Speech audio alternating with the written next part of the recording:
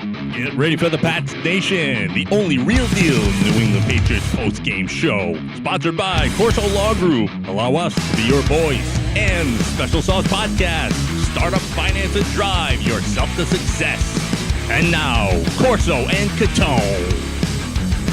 Welcome into the PATS Nation with CORSO and Catone. This week 10 of the NFL season sees the New England Patriots pull the upset over the Baltimore Ravens and beat them 23-17. And I'm joined as always by Mark Catone, and your chats, your comments to comment in, chat in. Joe will have it up on YouTube so you can chat live with us and tell us how wonderful we are. And Mark, listen, okay, so I guess we really don't know what the hell we're talking about then, do we, Mark? No. Do we with this team? Because they go ahead and they pull this upset and beat this team 23-17. And a lot of people are going to talk about the weather and all that. But Mark, who is this team? Chris, I am totally baffled because I don't know who this team is. I mean, last week we were talking about what are they going to win? 6 games, 5 games, maybe they could steal 2 more games. And all of a sudden they go out there and they roll over this team. Not rolled, but they look really good. I mean, they did what they do well. And, I'm baffled, totally baffled. I will admit that. Mark, they seem to be in command from the beginning of this game, through. I mean, it was one of those games where you felt like, or at least I did. I felt like looking at this where, there are times where you're just biting your nails and you're like, you're waiting for the other shoe to drop. And they just seem to be in command. They weren't going to relinquish this lead to Baltimore. And don't get me wrong, Baltimore did a lot of things to help them in this situation. I mean, I thought Harbaugh got out-coached big time in this game. Big time by Belichick. And, we talk about the Belichick mystique and all that, and coaches sort of come to that sometimes where they come into New England or when they play New England, that they sometimes will do things they don't normally do and take themselves out of their game. And look, that's as undisciplined. I mean, we're going to get to the Patriots and talk about them, but that's as undisciplined of a Baltimore team that I've seen in a long time. Yeah.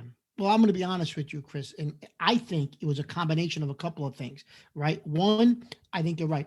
Sometimes guys outthink themselves, and we see what happens when they play against a Belichick coach team, right? So I do think Harbaugh was outcoached, but I also think it was a combination of the quarterback wanted to run his mouth during the week, right?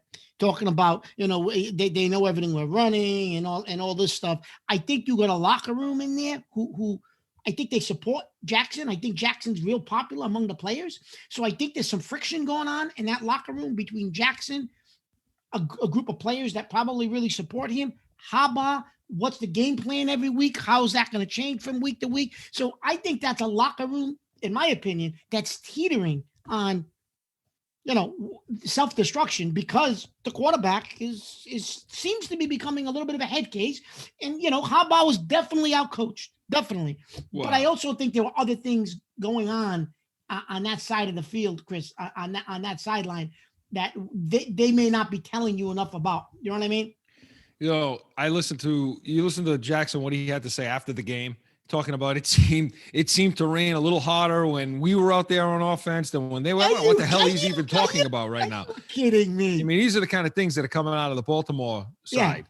Yeah, and exactly. And Harbaugh, look, Harbaugh did his normal bitching and complaining about the little technical things that may have which gone he on always in that does. game. He always does. He'll always do that. The bottom line is this: John Harbaugh is anything but stupid. Okay, and he knows. And you said it 2 years ago, Mark. I'll give credit. Mark said this 2 years ago. This kid Jackson is not. They're not going to win anything with this guy. He's a one-trick wonder. He can run the ball, and that's going to start to dwindle. And you could see it. Teams are gearing up to stop that now. They're figuring out how to do it. Their offensive line isn't as good. They're not as good as they were last year. Ingram isn't running the ball nearly as well. In fact, I thought he had a terrible game. Yeah, he did have a terrible game. I mean, that's a team that's going to make. He rushed for 5 yards. Yeah, are you going to continue to run him and give him carries, or are you just going to turn it over to Dobbins, right? Because Dobbins, I think, is 1,000-yard rusher in waiting. Just turn the running game over to him, But the last thing I'll say on Baltimore is this: you said it. You said it last year. You said it when he was drafting. And we've been bitching and complaining about the drafts, and we could have had Jackson instead of Michelle and whatever. And I'm with you. I still wouldn't have taken Jackson anyway. But you had said that this guy just can't throw the ball to the edges. He cannot throw the ball downfield. You saw what happened when he threw that ball downfield. And by the way, bailed Belichick out of a mistake. Harbaugh made a bigger mistake, allowing that guy to throw that ball. And J.C. Jackson, and to be honest with you, it was good coverage, but it seemed to be very easy coverage with the way he threw that ball. It was. Chris, anybody who wants to see anything about Lamar Jackson, listen, I know it's for fun. It's a little bit of, it's tongue in cheek. It's a little bit of joke. The skills challenge. You bet I'm going to bring that up. I have it on tape. You've been waiting a year to bring that up. I've been waiting a year to bring that up. You have to go watch the NFL skills challenge and watch him throw a football at targets spread out across the field. I want to say it might have been a defensive player out through him. That's how bad his balls were thrown. Mark, he wasn't even coming close to any of the targets. Oh, it was pathetic. It got to the point where the announcers. The announcers they were trying to make light of it and trying to come up with some kind of an excuse because I think they were in awe that this is an NFL MVP who couldn't hit a target. Couldn't throw the ball. I mean, you kidding me? Again, let me tell you something, Chris. In that last year in that Tennessee game, Vrabel knew if he could force him to throw the ball, there was no way that Baltimore would win that game. And guess what? He forced him to throw the ball, and they couldn't win the game. Right. So, anyways, let's talk about the Patriots, right? Because it was their night, right? Look, so good. So we'll start with the offense because look, I mean, I thought, and look, Cam Newton said it in his post game. Listening to his post game tonight too, or that night, I'll tell you, more and more, I feel like this is the kind of guy, you say, well, do we want Newton going forward? What do we do with the quarterback position? Do we try to get Jimmy Garoppolo? And we could talk about that all we want, but you want a guy, Mark, that understands when he does something wrong, that doesn't need to be told you screwed up here. This is what you need to work on. This is what you got to do. And for better or worse, and whatever you want to say about Newton, he seems to understand his shortcomings. He seems to understand when he made a mistake. It's the kind of thing like when you're coaching a guy, you say to yourself, yeah, I don't need to tell him what he did there. He understands what he did wrong, and he knows what he needs to do to improve it. And that's what you have in Newton. And when you listen to him in post-game, you listen to him talking, whether it's a win or a loss, the maturity that he's showing now that you hadn't maybe seen in previous years, okay? And maybe some of that's self-preservation in the fact that he needs a job next year. Yeah. And I know you'll talk about that, but he's saying the things that you want to hear. He's talking, and he's talking about the coach the way, and I know that's where you want to get to, but I thought he had a good game. I mean, look, he was 13, real efficient, 13 to 17, 118 yards, one touchdown, and then he rushed for 21 yards and another touchdown. So, I mean, and he said it too in his post game, I'm managing the game, I'm taking care of the game. I'm managing what they give me, what I see and what they're giving me. And he did, I thought, for the most part. He had the one bad throw to Jacoby Myers where he short hopped him in the end zone. And that was a 4-point swing. Cause that 4 points, that could have been a big, that could have been a big swing. It would have made you worry a lot less. Yeah. And he looked like he threw off his back foot, and that's how he looks when he doesn't step into throws. It's poor, it's terrible. But I think if you see this out of Newton for the remainder of the season, yeah, I think there has to be serious consideration given to bringing him back and at least and then drafting somebody to be the next guy. And Newton's is that place filler, is that for now versus coming to get a Jimmy G or something like that. But I thought he had a solid game. Thought he managed it well. He dealt with the weather much better than Lamar Jackson dealt with the weather. He did. In this game, in my opinion. Baltimore had all kinds of issues with the snapping the ball over the guy's head, over guys' heads by guys. I think they had 2 snaps like that in this game, and every snap was going to Jackson's right. New England didn't have that problem. It starts and stops with the offensive line, though, right, Mark? It does. The offensive line had a great night, right? That's the strength of the team. And I'm gonna use a phrase Bill Parcells used to use all the time. You are what you are, right? And what they are is they're a team that's got one of the best offensive lines in the NFL, right? They're a running team, and they're gonna play a real, well, they're forced to play because of the receivers they have, and we've discussed that before. They're going to play a conservative, ball control, smash mouth, 20 years ago type of football game, and they're going to be efficient, and that's how they're going to have to win games. And they're going to have to play defense, and we can get into the defense later, but they're going to have to play defense. And Newton, I think he understands now what is expected of him. I think the first couple of weeks, Chris, we might have been a little bit fooled, and I think maybe the league was a little fooled. I think they tried to do some different things with Newton, but now I think things have settled in. I think the league understands Newton's limitations and what he can do because of what he has for skilled players around him. But you are what you are, and this team is a running, smash mouth football team who's going to have to play defense, not turn the ball over, and they're going to have to win games, and sometimes ugly, but they're going to have to win games like they won on Sunday, and that's how they're going to play the rest of the season, Chris. You ain't going to see this team, I don't think, deviate from that style the rest of the year. And listen, he makes that one mistake at Buffalo. He played within the confines of the offense in Buffalo. He fumbled the ball.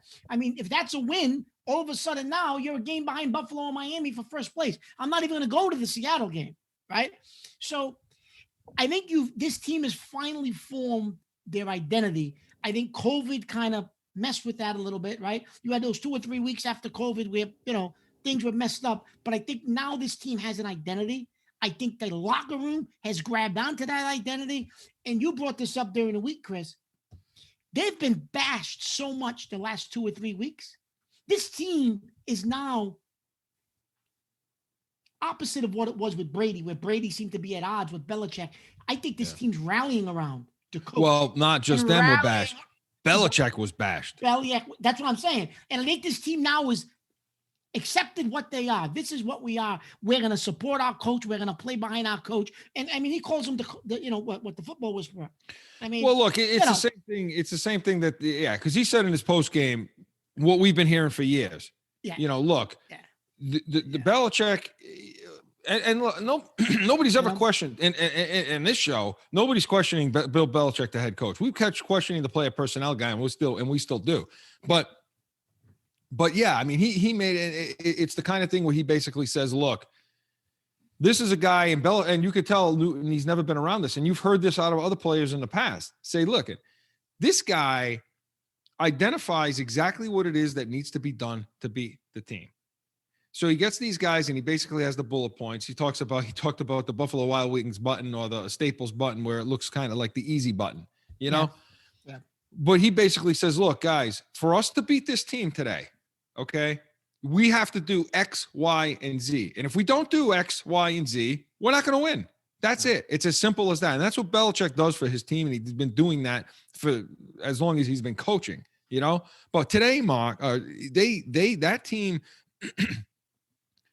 and the offense played efficient, but the key to me was first down because they put themselves in manageable situations. They had a few penalties here and there. They had a few things that set them back, and when they did, they had trouble moving the ball. But when they put themselves in, and I think that's what Newton was talking about in his post game.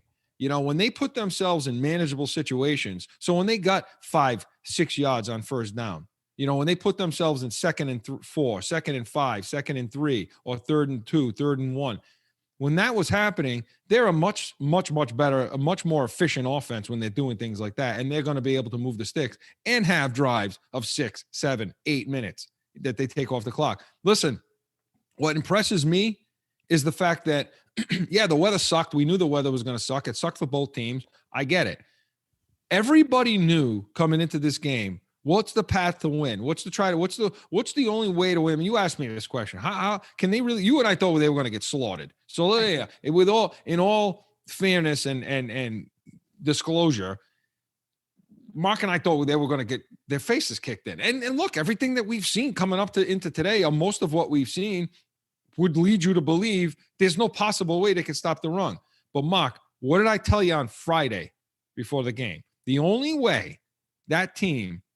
The only way Baltimore comes in and can get beat is if New England does a couple of different things. Okay.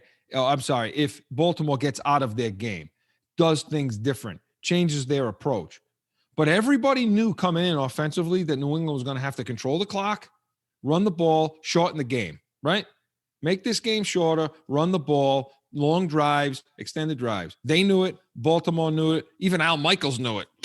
You know? Listen, can I ask you a question? If you can figure out next Sunday what color Al Michaels' hair is going to be, listen, I'll give you any amount of money you want if you can figure out what we color should make the hair it. will be. We should make it a segment. We should make it a Yes. segment. You know, guess Michael's hair. Guess Michael's hair color this Lord. week. You know what I mean? Everybody chat in and write in and let us know what you think Al Michaels is going to be doing next week. I don't understand what kind of piece they're going to have on him. But yeah, look, everybody knew that was going to happen, and they came out and they did it. And Mark, it does. You're right. It starts with Andrews, Tooney, Mason, Anua, and Wynn. Those are the guys. That's the strength. And we said this all season long, that the strength of this team is in that offensive line. It's where all the money is, okay? And it's where their strength is, and it's where all the talent is. And I'm even to the point where I'll say, hey, you know what? Maybe they need to try to work something out with Tooney in the offseason and get this guy back in and keep that unit together. Maybe. You know, I don't know. You don't really want to pay a guard all that. No. First down was key for them. And Mark, so the offensive line was, I thought, spectacular. I thought they played excellent, especially that left side. My God, anytime they wanted, you know. The one thing too, I noticed that, getting back to your point of they played, you know, a ball control type of an offense, and they played within the confines of what they had a game plan. They didn't deviate from it. And I think one of the biggest things that showed you that they weren't deviating from it, and you brought this up to me during the game, you called me, Newton wasn't even checking down, Chris. Newton had situations where he could have checked down, and when you looked at the field and changed the play, he didn't. He ran what McDaniels told him to run, because I think that's just, it's raining. We're going to play conservative football. This is what he's calling. I'm not checking down. I'm going to stick with it. If it works, it works. If it doesn't, it doesn't. But I'm not deviating from that game plan. And I think you saw that Sunday. That was, he didn't even check down. It worked. It definitely worked. There's no question. Even your dog likes it. Listen to him. Who's it? Who's that dog? Toby? Get Toby in here on the show. Let's He's all excited. But here's the thing, Mark. You're right. You're right in that sense. I will say, as a criticism, though, at some point, though, Newton's going to have to figure out how to get out of some of these plays. You got obvious situations where they're bringing guys down in the box. They're stacking. They're coming 9 guys down in the box. There's got to be a checkout for that. There's got to be an alert. There's got to be something he's doing to get them out of that play. Now, maybe weather conditions, maybe instructions were given to say, hey, you know what? We're going to roll with what we're doing here. We'll take the loss if we take it. It starts to look like, well, is the play calling, we'll get to coaching in a second, but is the play calling any good, or can Newton? No, it's Newton. I mean, he's got to see some of these things. That's the thing you miss with Brady. We're so used to seeing Brady do those things, get them out of, check into different type of runs. It could still be a run, but he checks into a different type of run, to run away from their issues, identifying the mic and then figuring out where we need to go with the ball. That would be my only criticism in this situation. But damn, the offensive line played great. I thought Newton managed the situation well. And the running backs, I thought, played really well. James White, same thing. I mean, it's the same critique that we've had for a long time where, I think, and again, he's had a difficult year personally. We get that. But I think that there's a step missing there. I mean, there were times when he caught that ball out of the backfield where he makes a guy miss. Now, Brady, I think, would have gotten the ball to him a little bit sooner at times than Newton was checking down at that. But White had a knack of getting around, making that man miss and then 10 more yards gain, whereas now you're getting 4 to 5. Well, Chris, so we're missing that. Chris, you've brought this up several times. At the running back position, it's almost like you hit that wall and you quickly start to digress. And I think this is what you were going to touch on. In plays, he used to get 10, 15 yards. Now he's getting 5, 6, or 7 instead of the extra 8 or 10, because I think he may be starting to hit. I mean, Vereen hit it. Everybody hits it, right? And that plays that position. I mean, we got lucky with Falk. Falk didn't hit that wall for years down the road, but that's a position where it happens, right? You just fall off because you lose that burst. But I do think the kid Taylor showed signs at the beginning of the year that he will be able to replace White in the future, and maybe you bring in obviously another guy too. But that kid Taylor showed some real burst, and I think he'll be okay as a version of that. Sort of like a Deion Lewis, yeah. Kind Sort of of like that burst like a Deion Lewis. Kind of like a Deion Lewis was for a few years for you, right? I'm going to tell you, Chris, and you didn't bring this up. We're talking about the offensive line, and we're talking about the offense. I'm going to tell you who had one of the best blocks of the night. N'Keal Harry had one of the best blocks of the night. He's a first-round wide receiver draft pick. What a block he made. Mark said, and we're going to get the break right now. And on the other side, I want to come back and continue to talk about the offense. I want to continue to talk about what a wonderful blocking night that Harry had, and we need to talk about Harris, and we need to talk about Jacoby Myers when we come back out of break. But yeah, I mean, well, let's get to it after break. More Pats Nation after this.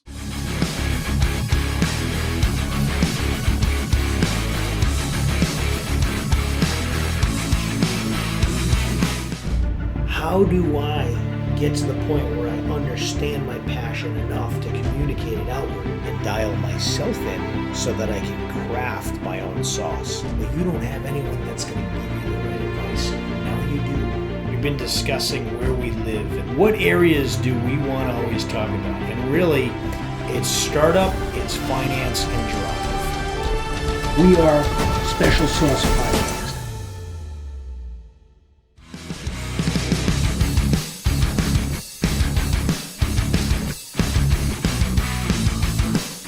More Pats Nation, Corso and Catone, 23-17. The New England Patriots downed the Baltimore Ravens. Mark, I just want to keep saying it over and over again that we beat the Baltimore Ravens because, that's not a team that we really enjoy.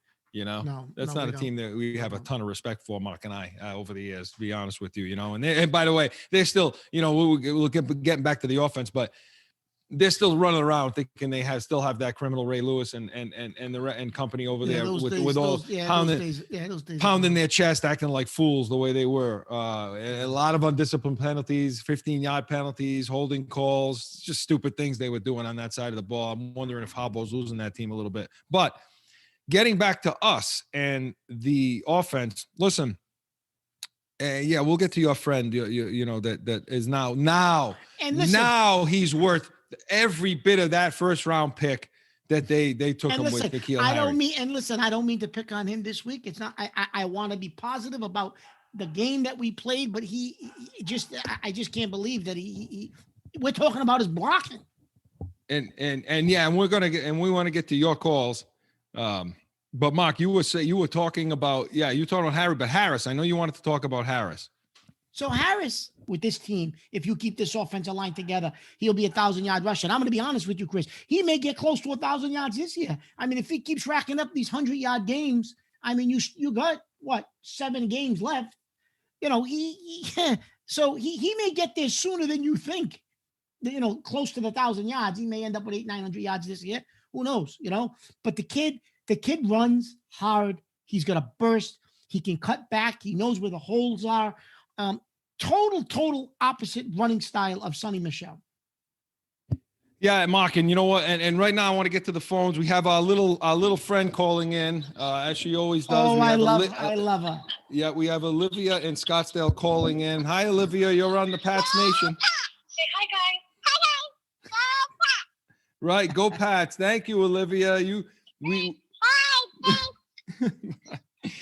It's always great to make time for our little friend Olivia out in Arizona there and in Scottsdale, where she wants to give us a go Pats. So hey, listen, the Patriots need all the youth and all the young fans we can get, especially now coming out of this situation. But yeah, Mark, I fully think that Harris, talking about Harris, I think he's going to lead the league in rushing next year. I really, really do. He just, like you said, he shows something that Michel just isn't going to ever give you. I don't think Sony Michel's ever going to see another snap again for the New England Patriots. I mean, do you disagree with that?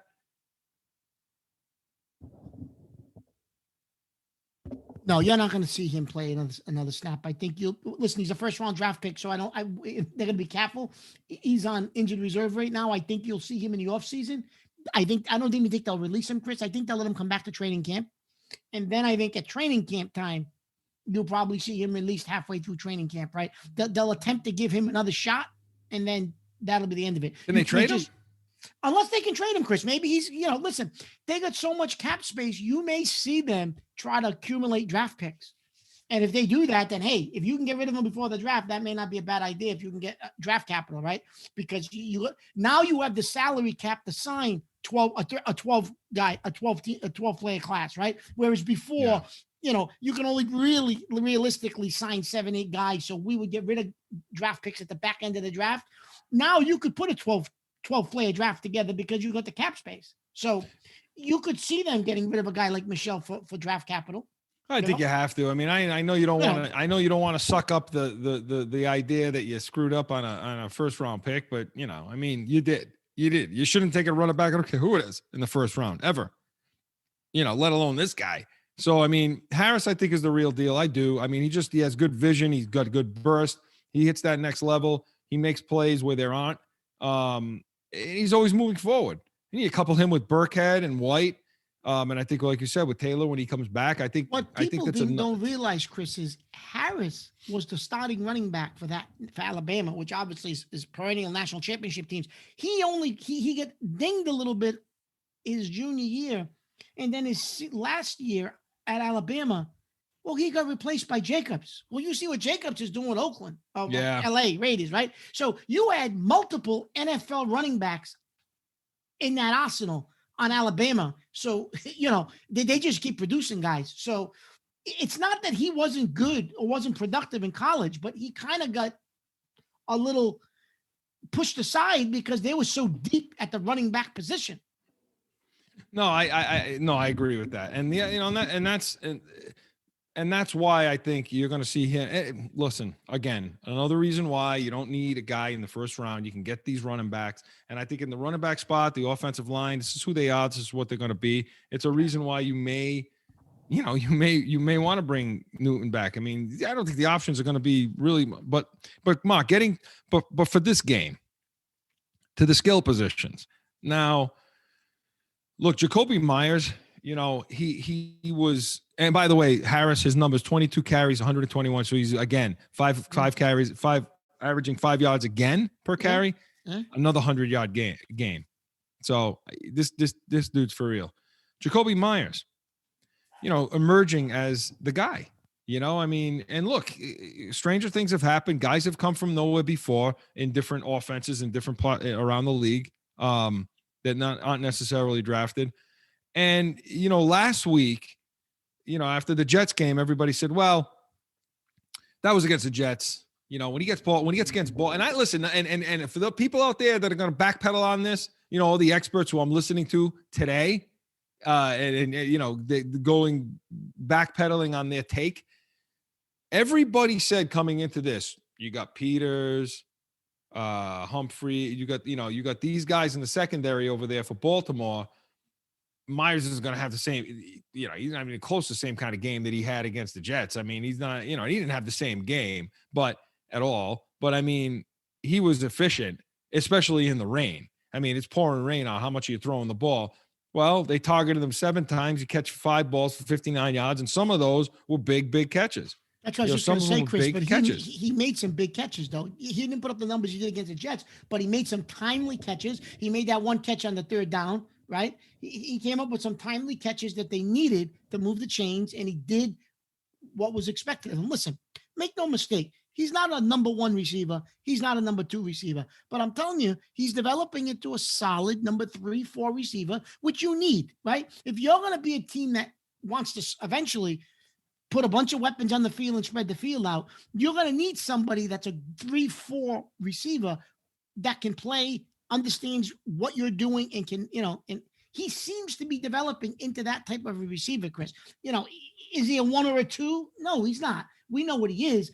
But if he can develop into a solid 3, 4, he runs good routes. Look, he sits down in zones. He runs good solid routes. He's a 3 receiver. He seems to understand where to be in the zone, where to sit down. You don't seem to lose a ton. I mean, last year he was a little, in his route running and his ability to get off coverage. But I thought Chris, in this game he did that well. And Mark, think about it like this: there were 13 completions. There were 17 passes thrown in this game. Okay, 13 completions. He's the only receiver that caught a ball in this game. He's the only receiver that had an attempt. I thought Harry had 5 catches. Yeah. Oh, he didn't. That was the blocking. That was the stellar blocking. That was the blocking. That was the blocking that they teach in the Pac-12. Yeah, they teach that in the Pac-12. Yeah. You know, Do, yeah. But no, seriously. I mean, he's the only receiver because after that you had Burkhead with 4 catches. Izzo. Chris, you know what? I think last year with Myers too was so he may have been a little slow out of breaks because he was learning the offense, right?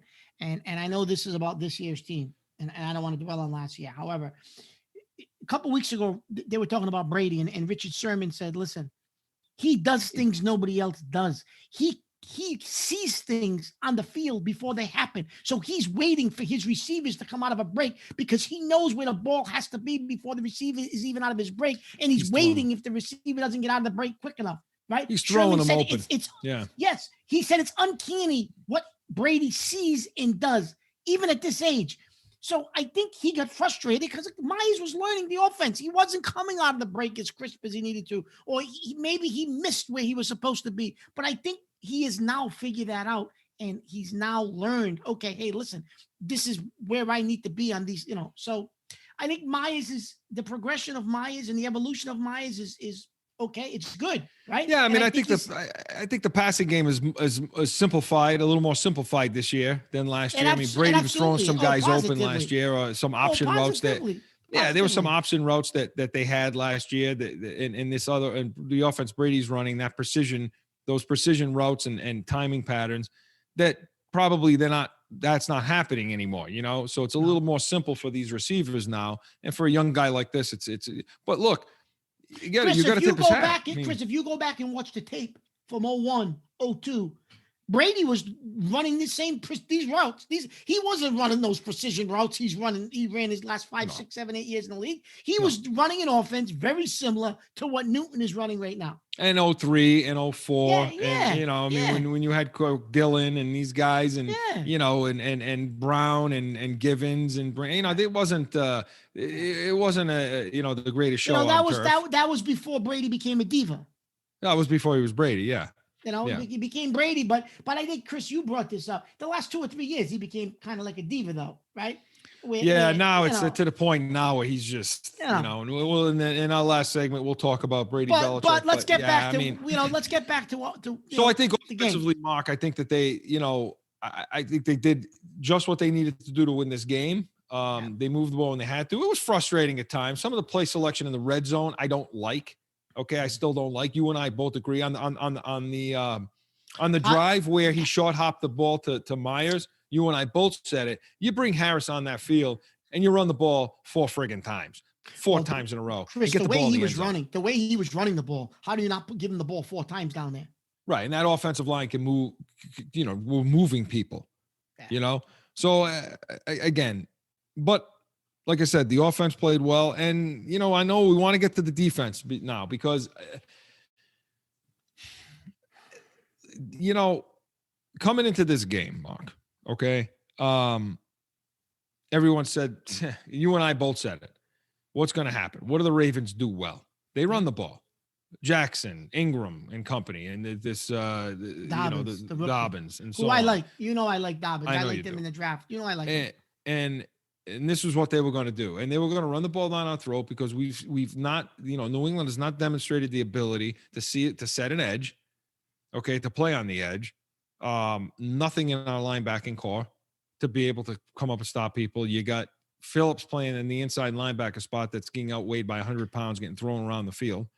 Although, Chris, what they did do a little bit differently this week was they did use Phillips, but they put Duggan in that slot position over there, that linebacker position, a hell of a lot more than they used Phillips. And he's more athletic. He set the edge a little bit. And guess what?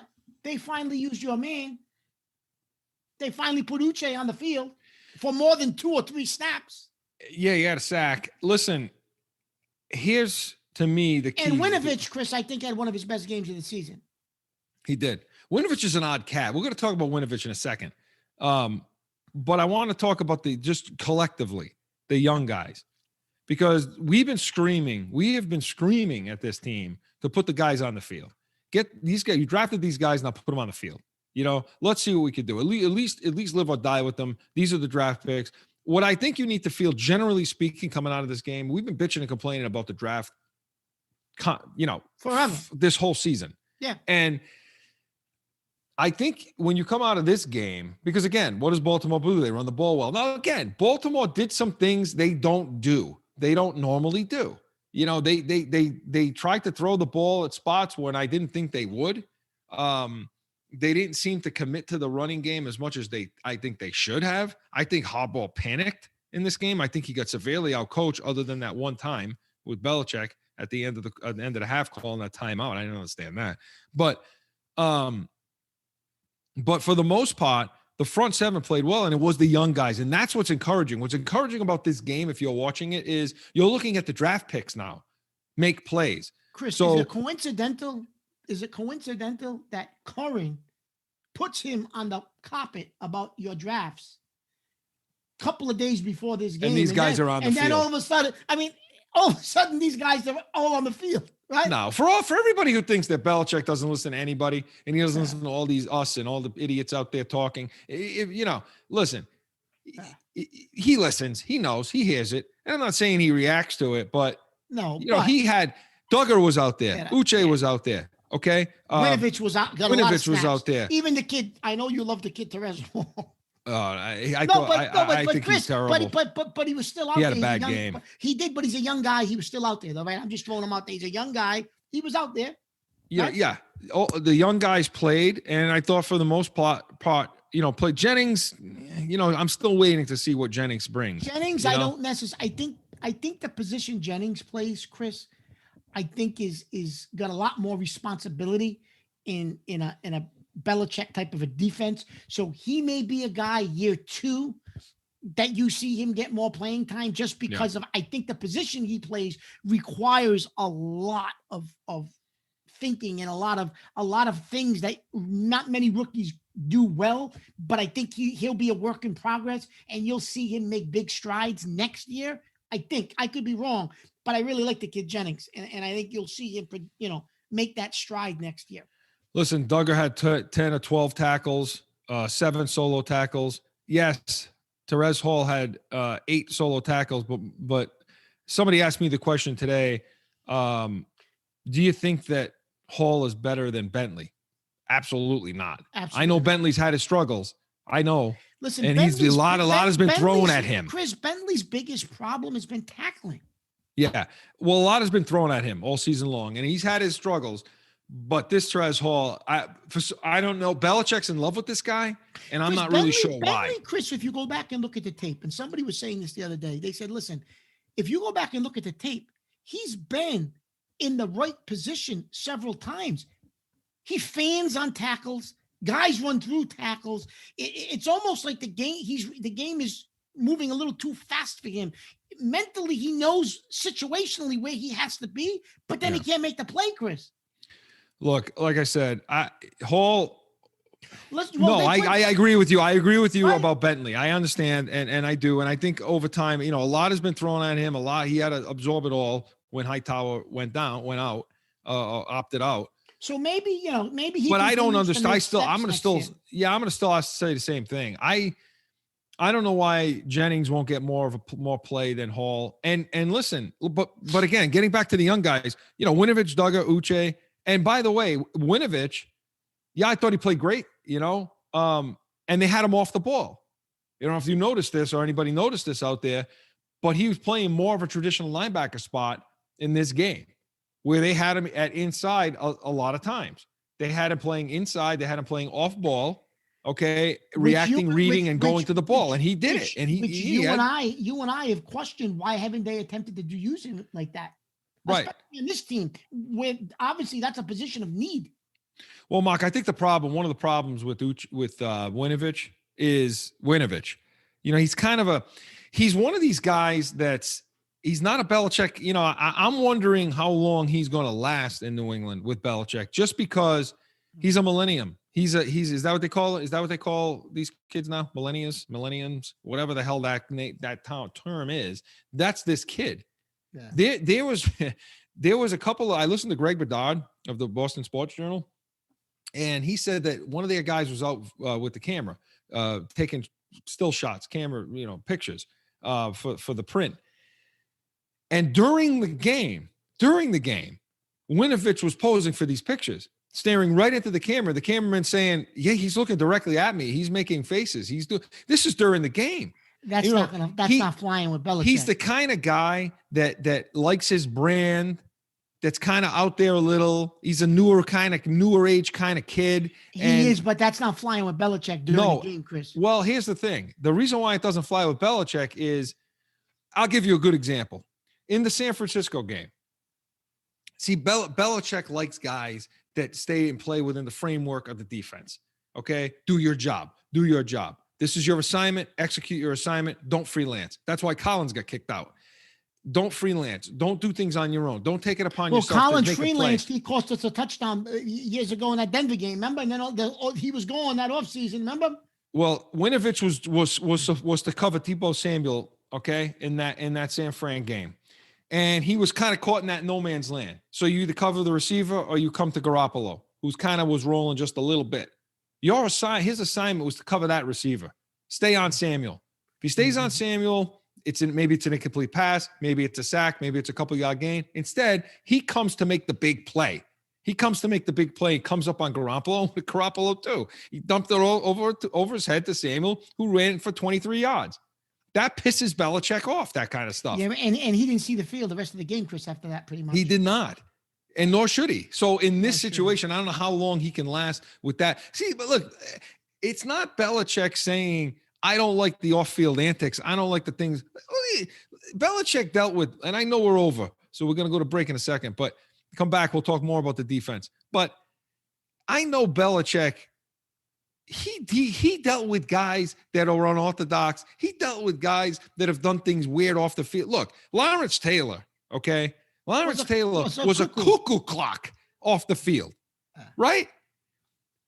But when he showed up to play, he's the best. He was the best that ever did it. Gronk, same thing. Belichick tells you the story where when they were going through the 100 best on NFL Network, he says he's running a defensive meeting, and he starts the meeting on time, whatever, like they always do. Him and Parcells, and Taylor walks in 15 minutes late, and he says, "Lawrence, buddy, meeting started 15 minutes ago." He said, "Why did you start the meeting? I wasn't here yet."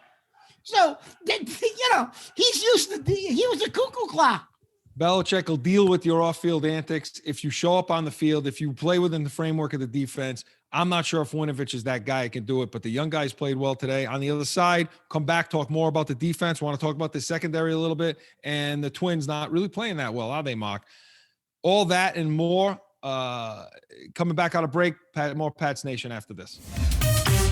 It's the Special Sauce Podcast. You like the sauce? The sauce is good, huh? This is start off as finance. Train them, trust them, and let them lead. With your host, Marcus Aurelius. Marcus Aurelius here with Special Sauce Podcast.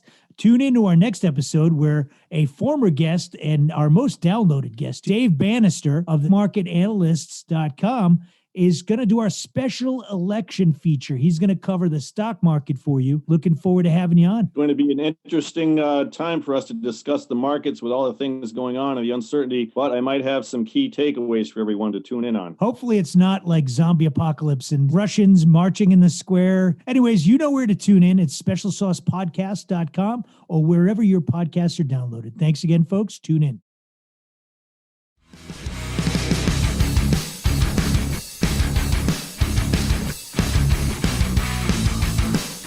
With more Pats Nation, Corso and Catone. Thank you to Special Sauce Podcast, all of our friends over there, Marcus Aurelius and company. Make sure you log on, see what they're about. A lot of good ideas, a lot of good thoughts. Mark, I'm starting to read some of their literature, and I'll tell you what, if this radio thing here doesn't work out and some of the other stuff we do, maybe we can invest our money properly and use some of those guys.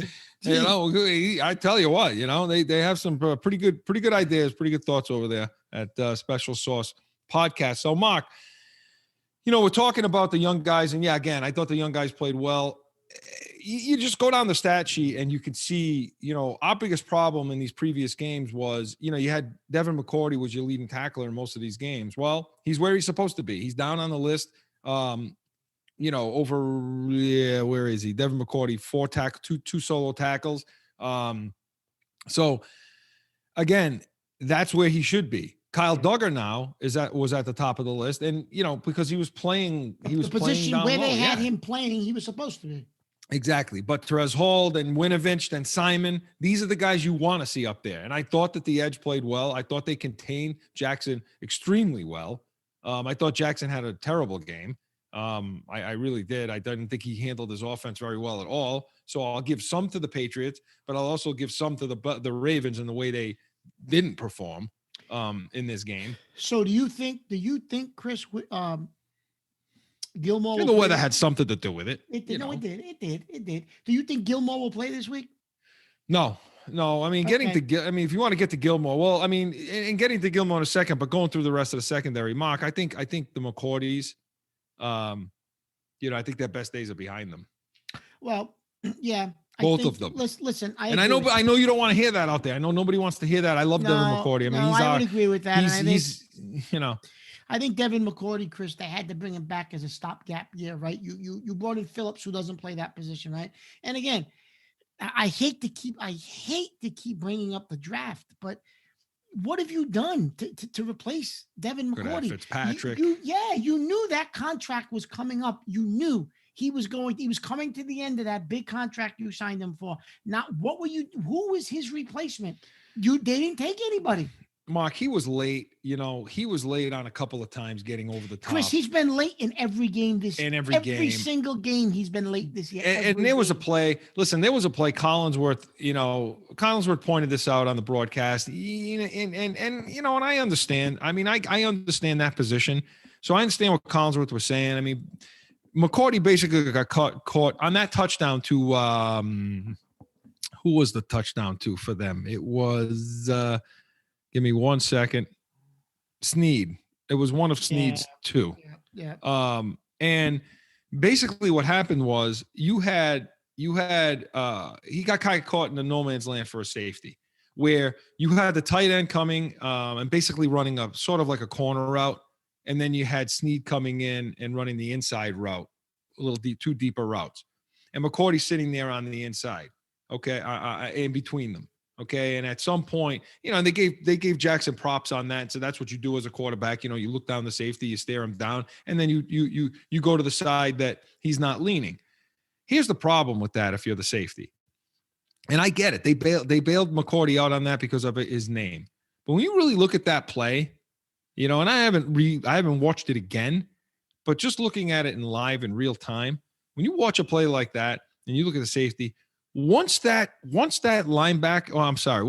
tight end clears for that corner route and makes that lean to the corner route, you've got to be much, much quicker in getting inside on that inside, either in that inside that seam or skinny pole, whatever they call that route.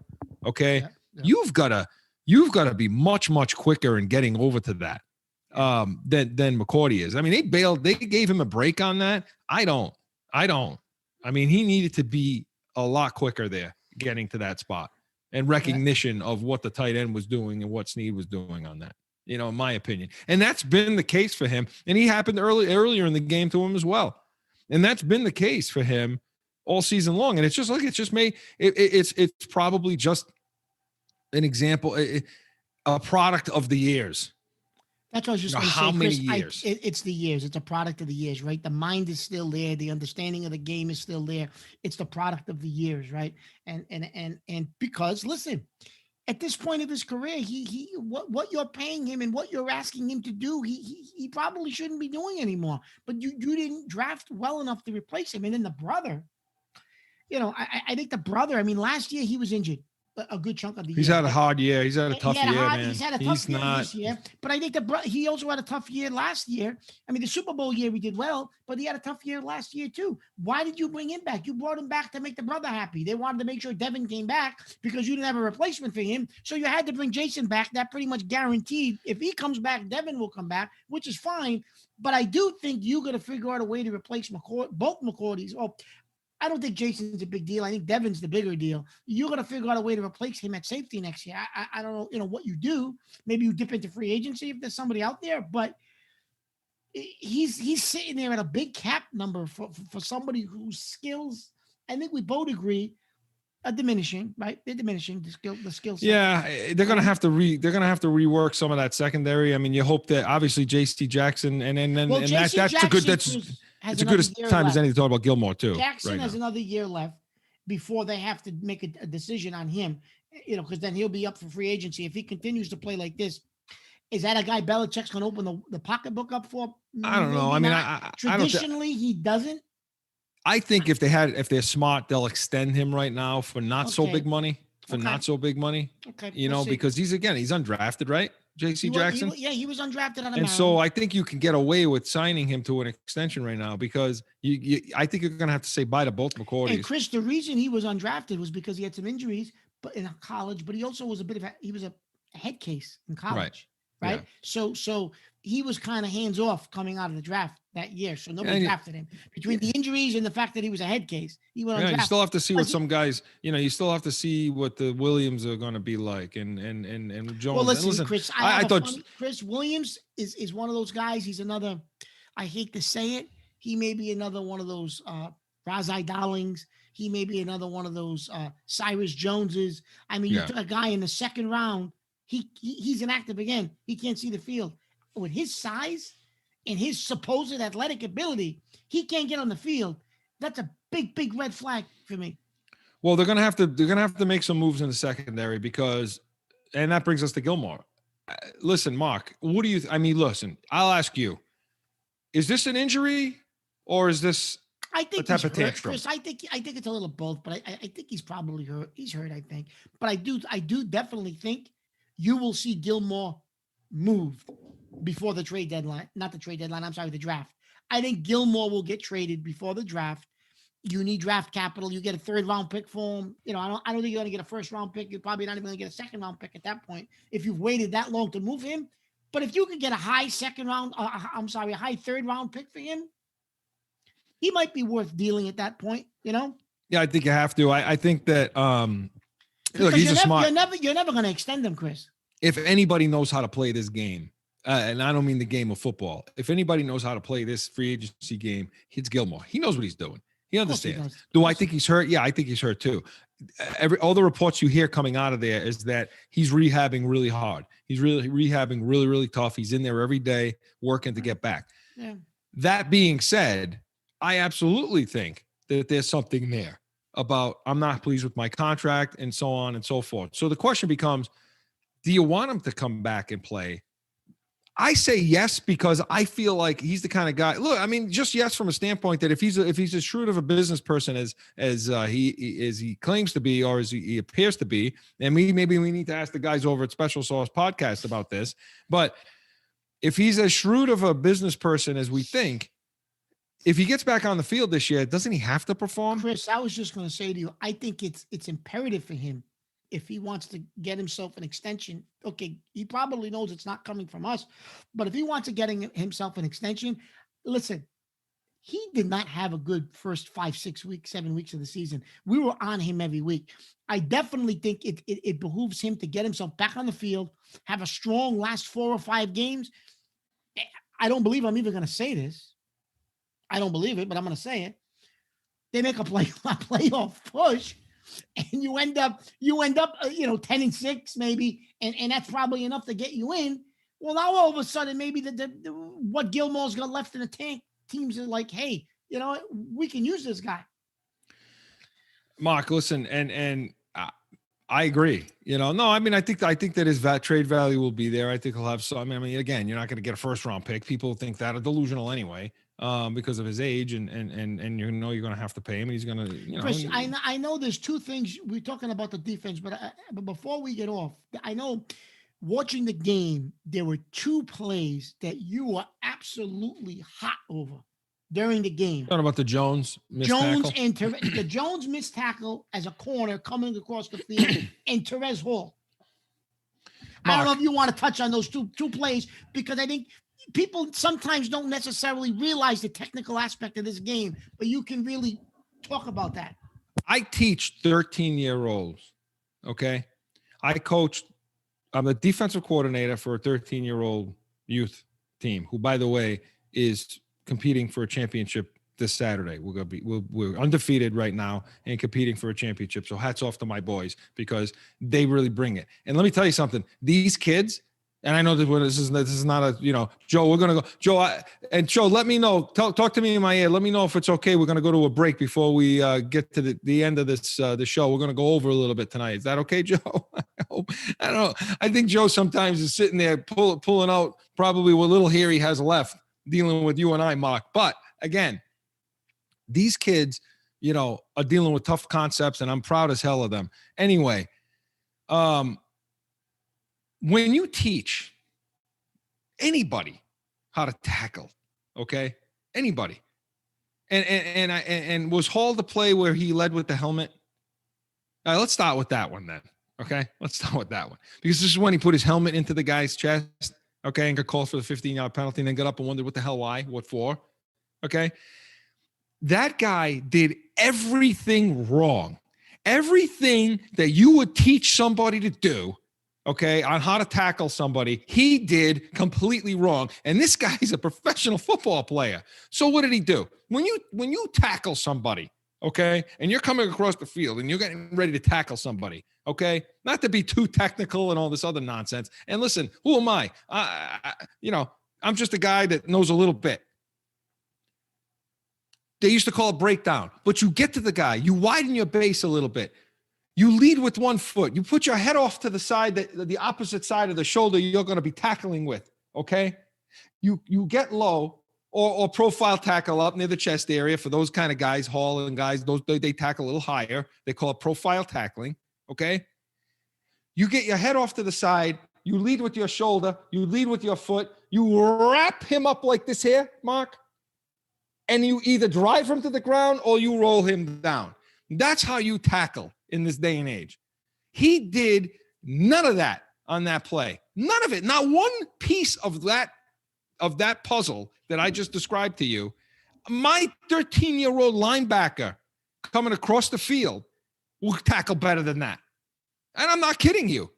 It was atrocious. And he wondered why he got the penalty, putting his head into that guy's chest. I mean, what the hell kind of way? First of all, it's dangerous. There's no room for that in this game anymore, where when I played, you lead with your helmet. There is no room for that in this game anymore, where you lead with your helmet that way. No room. Chris, that explains a little bit. You led with your helmet. I'm starting to understand a little bit. Yeah, I led with my helmet far too much in my lifetime, Mark. Let me tell you something, okay? You want to talk about concussions, and that's no joke, man. Those things are no joke. And you lead with your helmet like that, you're either going to get yourself killed, okay, or you're going to create bad problems for your team and your defense. And then Jones, again, what I really like to teach is defensive backs.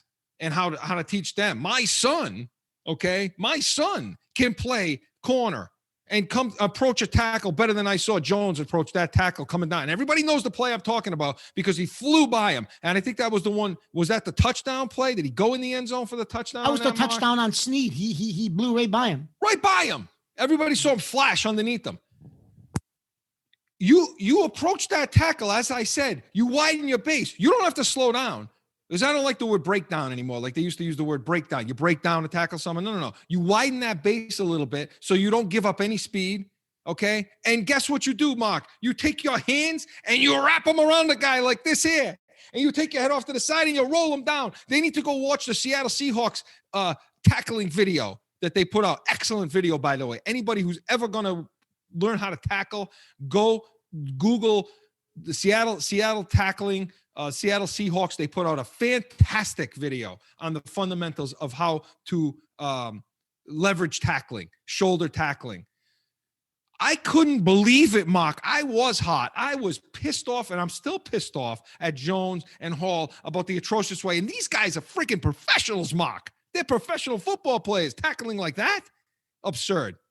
That's absurd to me. And I'm going to be honest with you, Chris, that is very un-Belichick-like, in addition to that. And we talked about it that night, that's fundamentals is what Belichick has always prided himself on. Our guys fundamentally don't make those mistakes. So I also think that it also is an indication of, I think, some of the talent level. Don't get me wrong. Jones is not a bad ball player, right? Jones has had a 50-50 season. He's had some bad games. He said, but he's shown that was a bad play. It was a bad play. But I think in the case of Hall, that's a kid that I think is a stretch. You're really pushing that kid to his limits. The fact that he's on the field so Mark, much, Hall's right? a huge liability. He's a huge liability in the passing game too.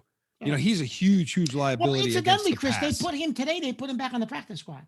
Yeah, well, of course they put him back. Well, that must mean Bentley's coming back because that must mean Bentley's coming back. Yeah, and Uche's healthy, so somebody's going to move. That's what I'm interested to see moving forward. How is this team going to look with Bentley in that fold now?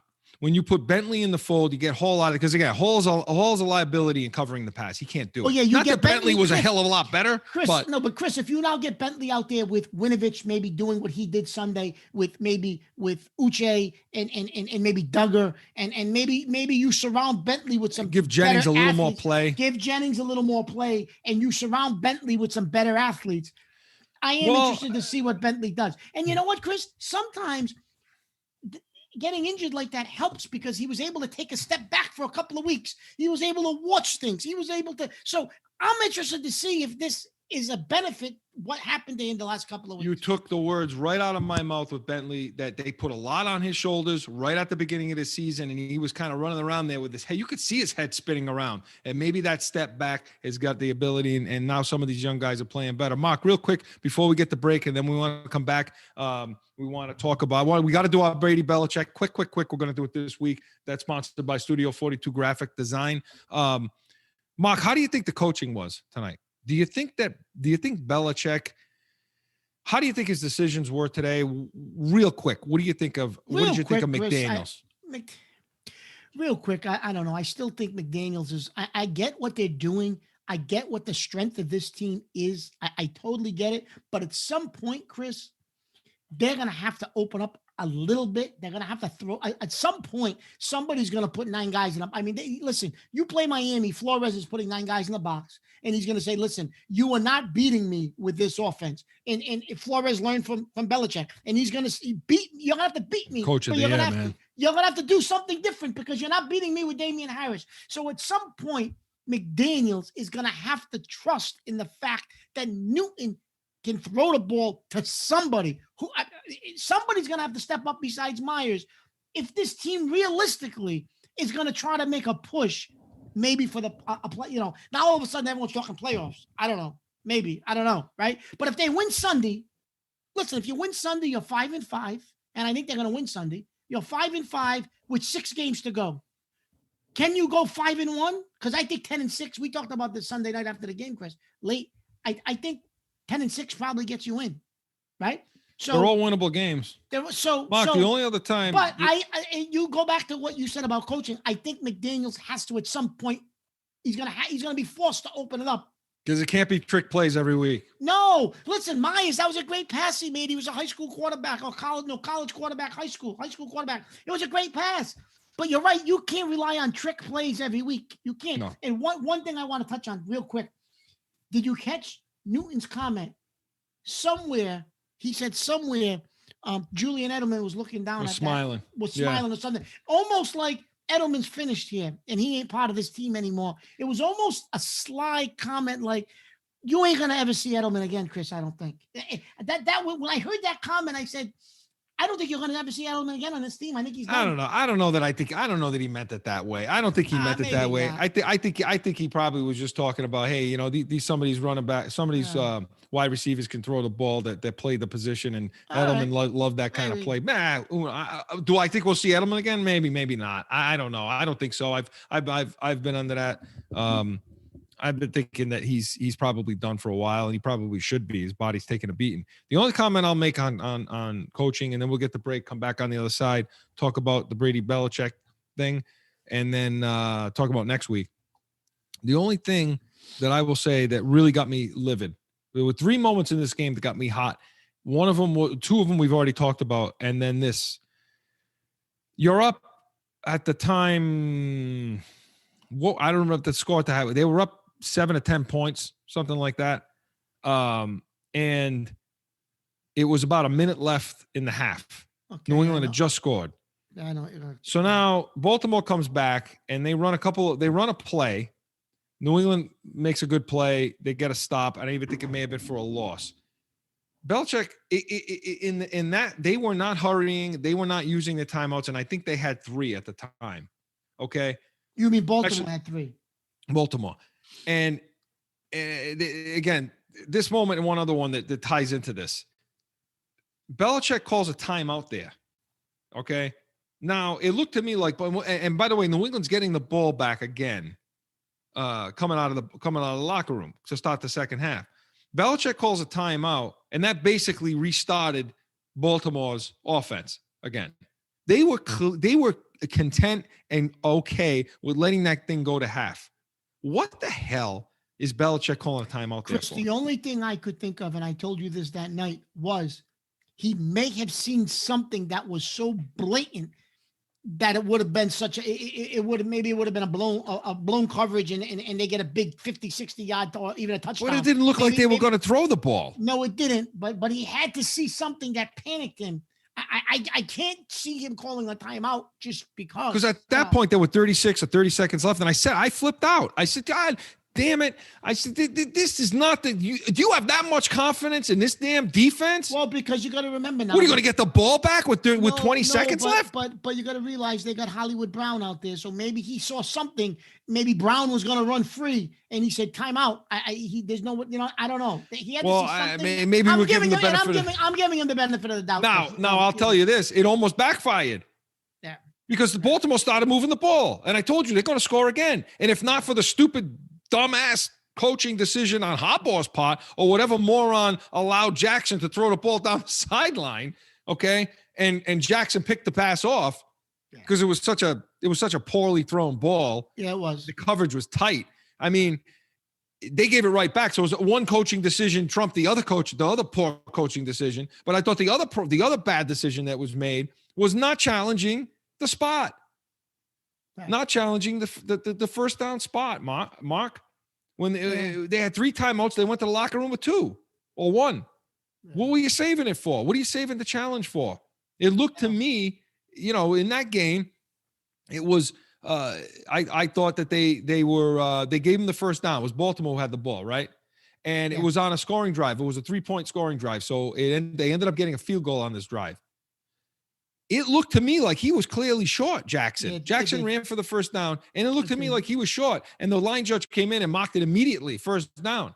Chris, what's the challenge, man? Chris, I'm going to be honest with you. That's been something I think they've struggled with all year for whatever, and I don't know why that is. There's been several times this year you and I am like, throw the challenge flag, and then you watch the replay after, and they should have thrown the challenge flag. So I don't know what's going on upstairs in the booth.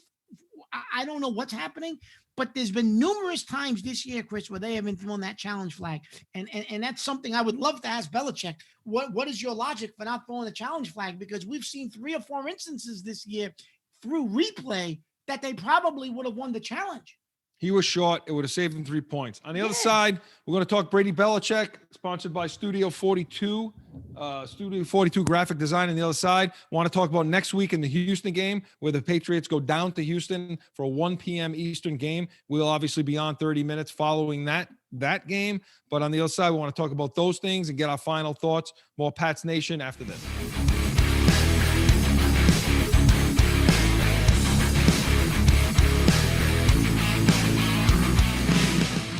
It's that time again for a timeout from Pat's Nation for a message from one of our sponsors. No one ever thinks they will be in the need of a criminal or traffic lawyer, but things happen. CORSO Law Group is Arizona's leading criminal and traffic law firm. Their 20-plus years experience and attention to detail has helped thousands of people all across this great country who found themselves in a situation in Arizona. So whether it's a traffic ticket, or if you need reduced DUI or more serious issues, call or go online to CorsoLawGroup.com and talk with these expert attorneys who I know will help you. Corso Law Group. Now back to Pat's Nation.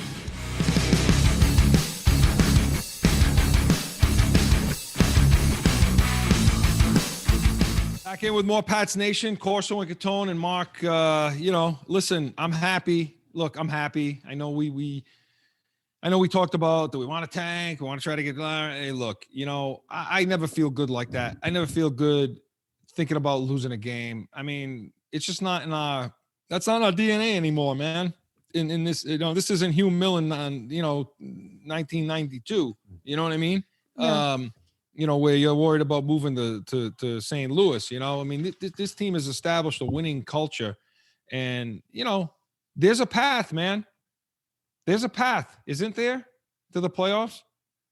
And how likely is it that you think they can reach that goal? There's a path if you got to win this week, right? Obviously, this is a must-win game. You can't lose.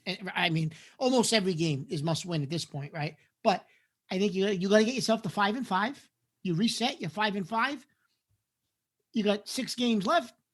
You got to go 5-1. You go 5-1, Chris. I think based on tiebreakers, and granted, some of the teams above you got to lose a game or two here or there, but I think 10-6 probably gets you at least the last playoff spot. I'm thinking. So you're gonna win this week, and then you're gonna go 5-1 the rest of the season. So, Mark, you go to Houston. Do we think? I think we could. Toby thinks we can win that game. Clearly, listen to him. I think we could beat Houston. My wife can't calm that dog down tonight. Why should she? He's excited. They won, Mark. They won. They beat the Baltimore Ravens. Everybody had them dead. Everybody had the New England Patriots, including you and I, dead and buried, done. Fight for Trevor, tank for Trevor, all this other nonsense. And then they come out and they do the unthinkable and they go and beat the Baltimore Ravens 23-17 in a game where it didn't seem to be in doubt. They seemed to have control of that game throughout, whether or not. Okay, so going back to what you said, Chris. So I think so you figure Houston should be a winnable game, right? I will say I think Gilmore will help you this week because we know they got the plethora of receivers, right? If he plays, he'll help you because Houston has a lot of issues, but they still got a good receiving corps. Now, the thing about Houston, so you have Cooks, you have Fuller to deal with on that team, and so they do have several players that can get down the field on you. Randall Cobb is another guy they have there. They got guys. Cooks, Fuller, and Cobb. They have guys. But the question is, see, this is now the reverse of what we've been dealing with on some of these other teams. Their offensive line stinks, though. Yeah, it does. I mean, when you look at this game coming up, you look at the defensive. First of all, the defensive side of the ball for Houston, they have so many problems over there. They still have Merciless. They still have J.J. Watt. I get that. Okay. But do you recall a game where we've played Houston where we didn't take care of J.J. Watt? No. Completely take him out of the game? No. I mean, again, he calls him the whisperer, the football whisperer. He's going to take what you do best out. Chris, you got 3 games that are going to be key going down the stretch. You're going to have the Rams, who are playing good football. You're in L.A., you're going to have the 2 division games. You're going to have Miami and Buffalo. I know Arizona's coming here. I don't know. Without Chandler Jones, I think you can move the ball on that team. I think you can move the ball against that team. I think the other 3 games are going to be the 3 games that decide your season. Miami, Baltimore, and the Rams. Those are the 3. Buffalo. Those are going to be the 3 games that are going to decide your season. Right? I agree. But the path is there. Maybe it's not unlikely, but as far as next week's game go, it's a game they should win. Yes, they have skill positions, but again, that plays into supposedly what New England does best. New England plays good in the secondary.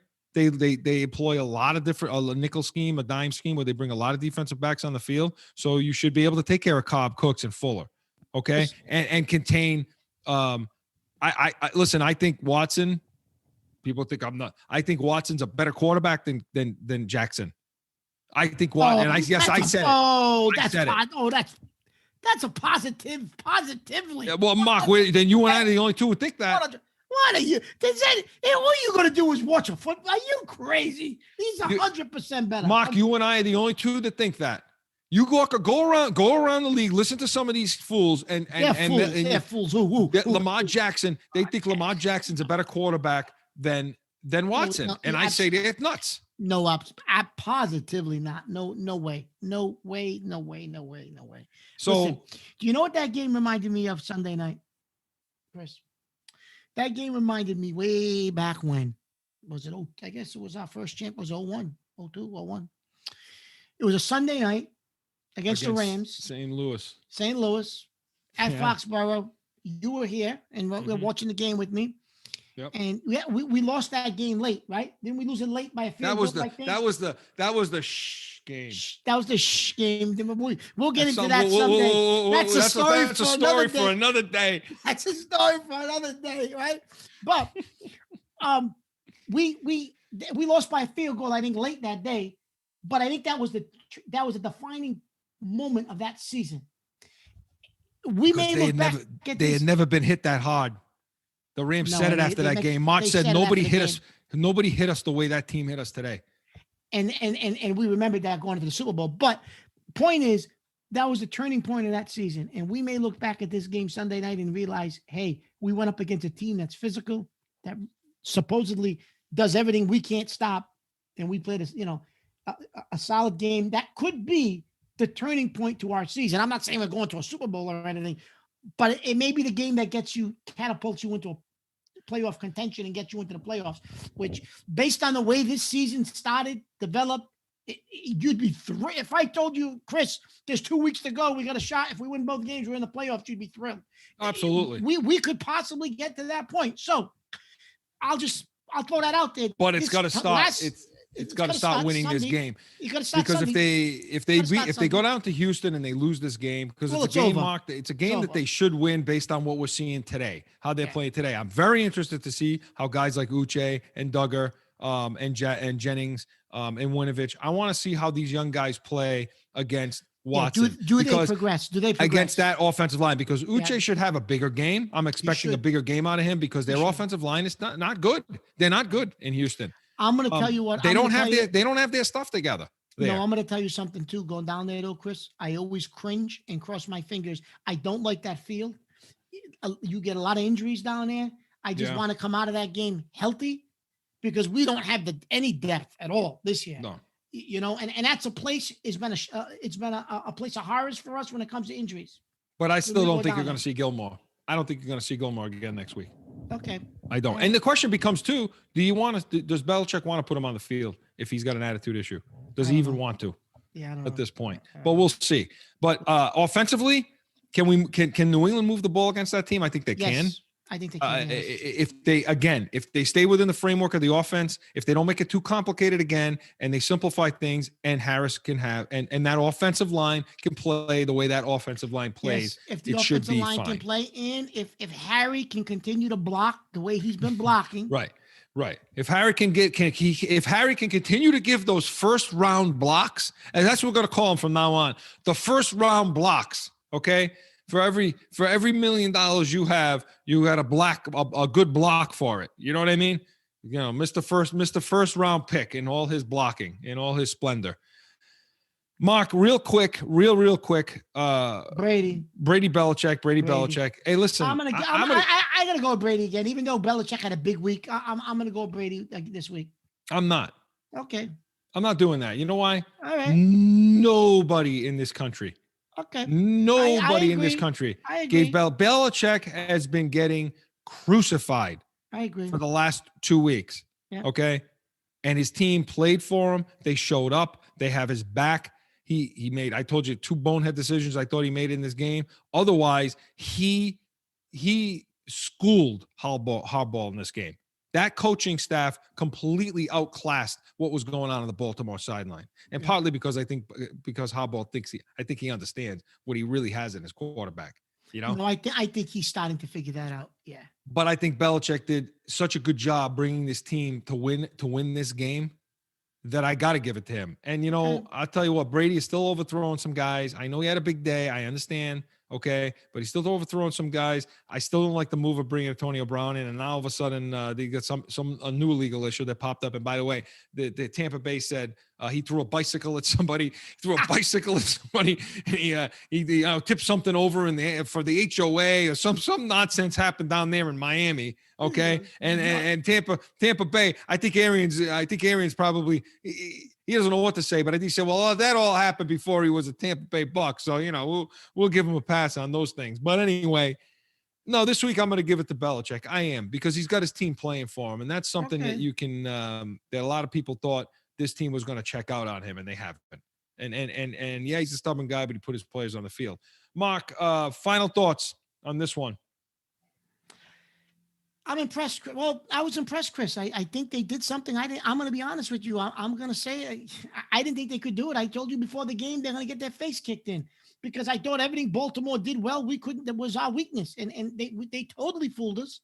And I'm baffled by this team. And I'm going to be honest with you, Chris. I'm a little bit hopeful after watching what they did Sunday night. As I look at the rest of their schedule, hey, why can't they go 10-6 and get themselves a playoff spot? I don't know. Anything's possible now, but it starts with Sunday. I think that it's real encouraging to watch how this offense managed this game. It's encouraging to see how Cam Newton managed this game, as he said. That their team got themselves into manageable situations. And I think as long as that continues to happen, they'll be okay on the offensive side of the ball. Are they going to light it up? Are they going to score 30 points a game and 40 points a game and just completely no, that's just not who they are. I think the offensive line showed up. I think now you're starting to get that continuity there.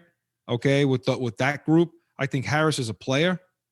Okay. I think he'll continue to show. And as long as that continues to happen and what I saw tonight, Newton avoiding the big mistake, and not giving the ball to the other side. I mean, the stats clear, Mark. When they don't turn the ball over, they win. Period. Yeah. When they turn the ball over, they lose. Period. That's it. On the defensive side of the ball, I'm encouraged by the youth. I'm starting to see I'm starting to feel a little bit better about their draft, only because I'm starting to see some of these younger guys show up and play a little bit. And hopefully Duggar will improve more. Uche, Winovich, Jennings. We'll start to see more out of these guys. Okay. But well, Chris, that was the intent, right? When we had the draft last year, I was going absolutely out of my mind because they didn't take a receiver. And you said to me, you don't know what you got at quarterback. I can give them a pass for 1 year, not taking a receiver. Let's see if Harry makes a jump year 2, which he hasn't. So, okay, he hasn't. Okay. Harry's a bust. And now you have to go get a receiver. But the philosophy last year in the draft, you said was, listen, you're going to build a defense. You're going to bring in athletes, and let's see how that works. So far, it hasn't shown up this season, but in this game, it did. And now it's week 10, and maybe now that's going to develop, Chris. So in this game, it did. And if we're going to be positive, and we're going to feel good about this win, then let's feel good, because you and I are over. Listen, for those of you out there that are listening to us and say, Jesus Christ, you guys, you're all over the place. Some weeks you got them losing every game. Then some weeks, somebody chatted in last week about that. You guys had them losing every game. Now you got them making the playoffs. Now you're going to lose again. Look, they could come back against Houston. They could lose that game. And then Mark and I will be just as miserable and talking about the draft and talking about what we missed on and all that. But I'm just saying that you saw some young guys step up. The numbers were there. You saw young guys step on the defensive side of the ball. I was encouraged by what we saw there. If they can build on that and win in Houston, there's a path, Mark. That's all I'm saying. There's a path. There's a path. And the one thing I will say, and this is my pet peeve, Chris, going forward next year, this year, this year's a lot. you have to please somebody bring in you have to get a number one receiver. You don't have a choice. You ain't ever gonna do. You don't have a choice. You don't have number 12 anymore. You're going to need a number one receiver. Listen, New England Patriots. If you're out there, I gave you a pass last year, Chris, in the draft. I gave everybody a pass. You need a receiver. New England Patriots. I'm begging you. I'm begging you right now, for the sake of my broadcast partner. Okay, because if you don't put a number one receiver on this team next year, you're going to put this kid in the hospital. I promise you. Okay. Mark, some people to thank tonight. I want to thank, as always, as we mentioned them earlier, the people over at the Special Sauce Podcast. Want to thank JAG Media Productions, people over at CORSO Law Group, Arizona's leading criminal law firm. Allow us to be your voice. Want to thank the people over at Studio 42 Graphic Design in Rhode Island. Great work. I say it every week. It's more than just logos with that group. You see Marianne over there. I'll tell you what, it's spectacular work that they're doing there. Mountain View Home, Watch, and Security, Scottsdale's leading private home and security firm. And of course, we need to thank Joe Guarneri, our longtime producer and director. Joe puts up with a lot with us. We were over. Joe, I don't know how many segments we were over on tonight. We're going over on the show completely. Joe puts up with it. He gets it on track. He keeps it on track. So we want to give a special thanks to Joe. Next week, join us next week when we come on 30 minutes following the Patriots, who go on the road to take on the Houston Texans for a 1 p.m. Eastern. We're back to the normal time that Mark loves, not in the middle of the night where everybody's sleeping. So we're going to be a 1 p.m. kickoff Eastern time. We'll be on 30 minutes following the show, following the game, with all of your comments, your chats, your phone calls over at the Pats Nation. And tune in this week. Joe will put up on YouTube for you to listen, all on the podcast. Our show this week, our previous shows, you can comment in, subscribe. For Mark Catone, I'm Chris Corso. So long, everyone.